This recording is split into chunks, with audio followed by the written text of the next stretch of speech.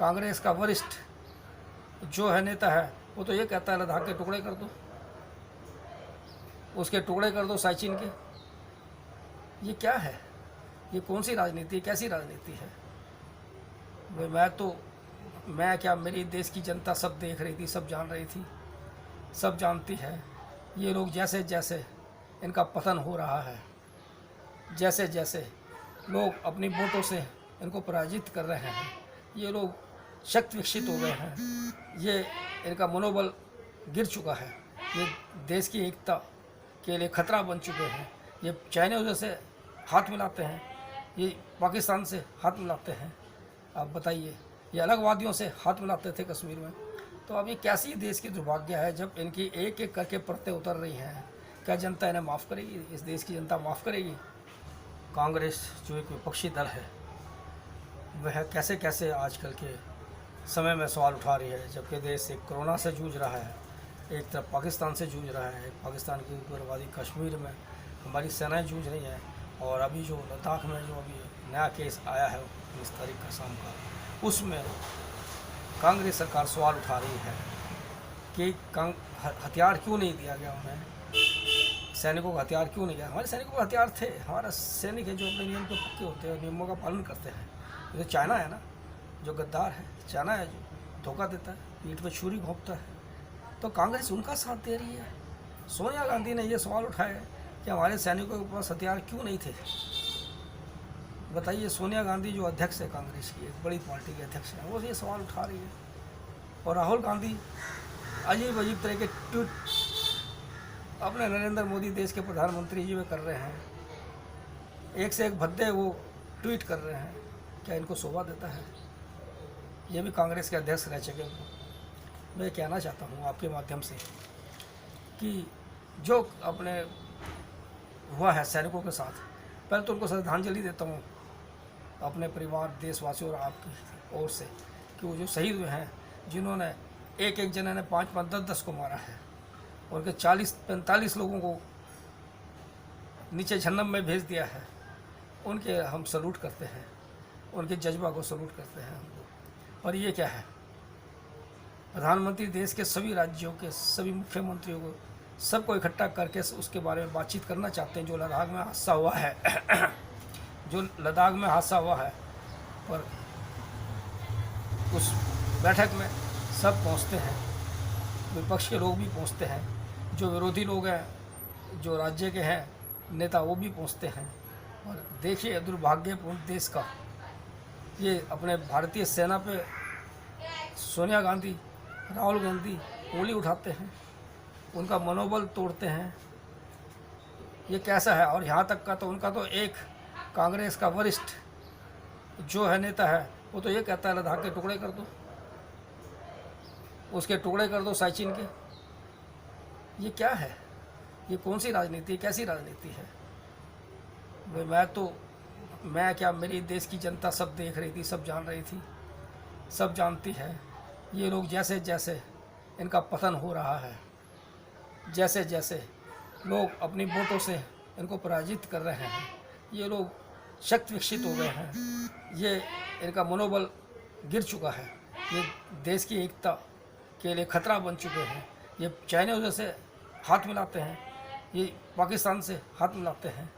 आप बताइए, ये अलगवादियों से हाथ मिलाते थे कश्मीर में। तो अब ये कैसी देश की दुर्भाग्य है जब इनकी एक एक करके परतें उतर रही हैं। क्या जनता इन्हें माफ़ करेगी? इस देश की जनता माफ़ करेगी? मुझे तो नहीं लगता।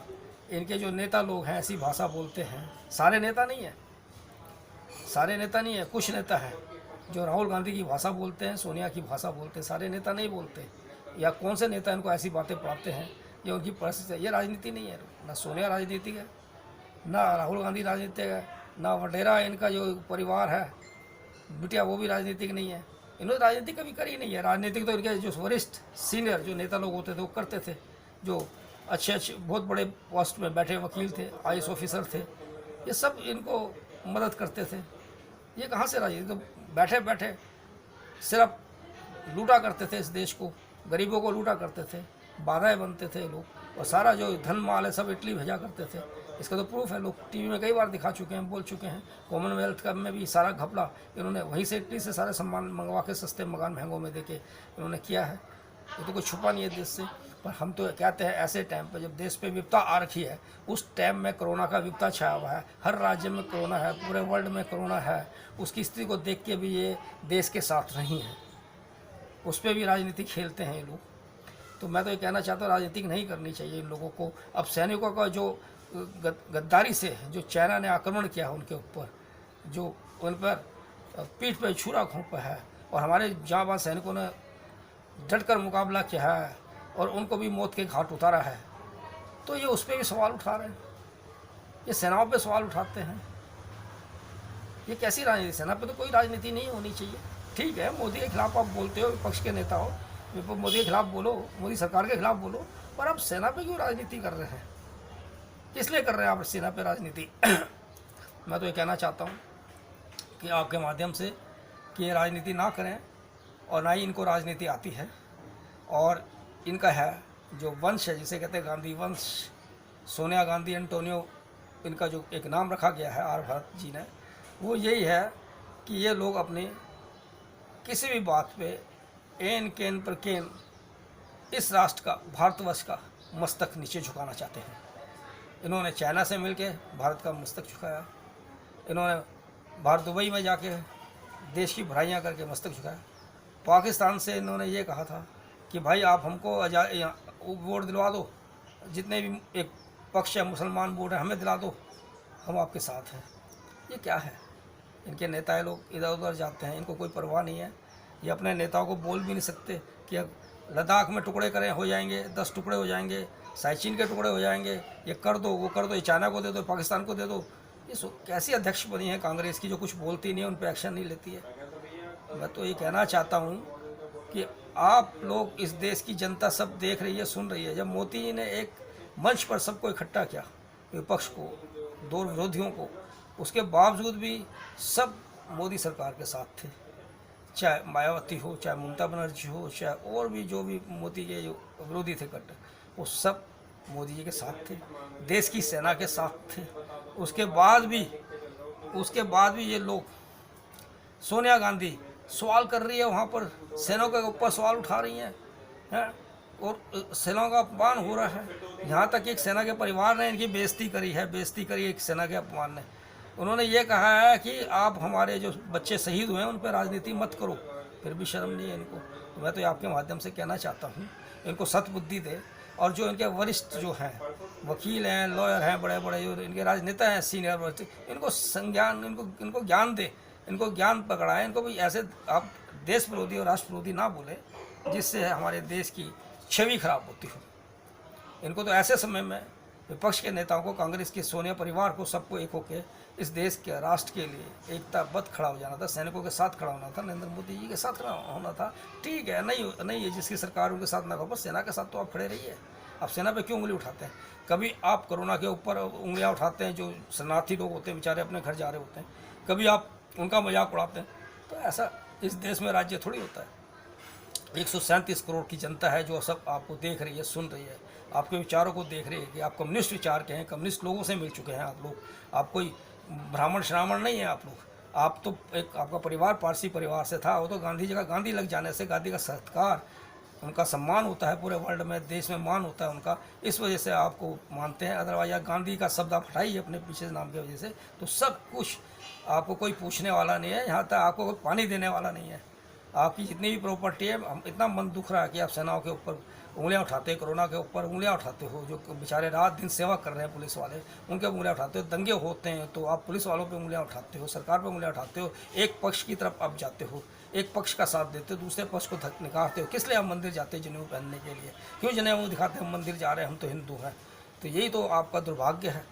आपके पास इतने अच्छे नेता हैं, बैठिए, शांति से बैठिए, संन्यास लीजिए, आप लोग प्रयास से संन्यास लिए, शांति से रहिए। आने दीजिए आपके वरिष्ठ जो लोग हैं, जो आपके जानकार लोग हैं, पढ़े लिखे बुद्धिजीवी हैं, उन नेताओं को आगे बढ़ने दीजिए, युवा नेताओं को आगे बढ़ने दीजिए।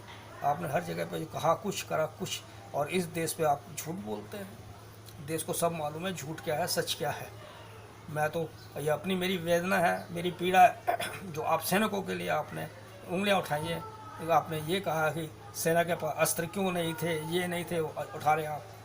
मैं कहना चाहता हूँ आप 1993-96 का आप कांग्रेस सरकार का वो समझौता पढ़ लीजिए, चाइना से समझौता किया था, वो जवाहरलाल नेहरू जी का वो पढ़ लीजिए, जब युद्ध हुआ था सन 62 का, कितना चाइना ने कब्जा किया था, क्यों नहीं वो ज़मीन वापस ली गई है। कौन है भूमाफिया? राहुल कहते हैं प्रधानमंत्री भूमाफिया। भूमाफिया कौन है? वडोदरा का इतना रिकॉर्ड, वडेरा का रिकॉर्ड इतना निकला भूमाफिया की जगह पे, भू की ज़मीन की जगह पे आप कुछ नहीं बोले। आप पे इतने आरोप लगे हुए हैं, आप पे इतने केस चल रहे हैं, आप कुछ नहीं बोलते उसके बारे में। आप अपने आप को शीशा दिखाते हैं कि हम देखो बिल्कुल आईना की तरह साफ़ है। आप क्यों नहीं आप अपने आप को देखते? आप चाइनीज़ के पास जाके मिलते हैं, पूरा परिवार मिलता है, हाथ में। अब कम्युनिस्ट है ना, बन जाओ अपने आप को कम्युनिस्ट। कांग्रेस कम्युनिस्ट कर दीजिए ना अपने आप को, ख़त्म कहानी। ये वो कांग्रेस थोड़ी है जो पहले कांग्रेस हुआ करती, लाल बहादुर शास्त्री टाइम पर, राजीव गांधी तक के टाइम पे भी जो कांग्रेस, तो वो कांग्रेस नहीं है ये। अब तो वो जो असली कांग्रेस थे वो नेता वायोवृद्ध हो गए हैं, वो एक तरफ बैठे हैं, और जो दूसरे लोग हैं वो चापलूसी चाटुकारिता वो आपके साथ है, चाहे उसमें आपका प्रवक्ता लोग हों, चाहे कोई भी आप लोग हों। हम तो ये कहना चाहते हैं आप लोग देश का साथ दीजिए, सैनिक का साथ दीजिए, जनता आपके साथ है। आप इसी बात पे मैं आपका बात ख़त्म करना चाहता हूँ। धन्यवाद।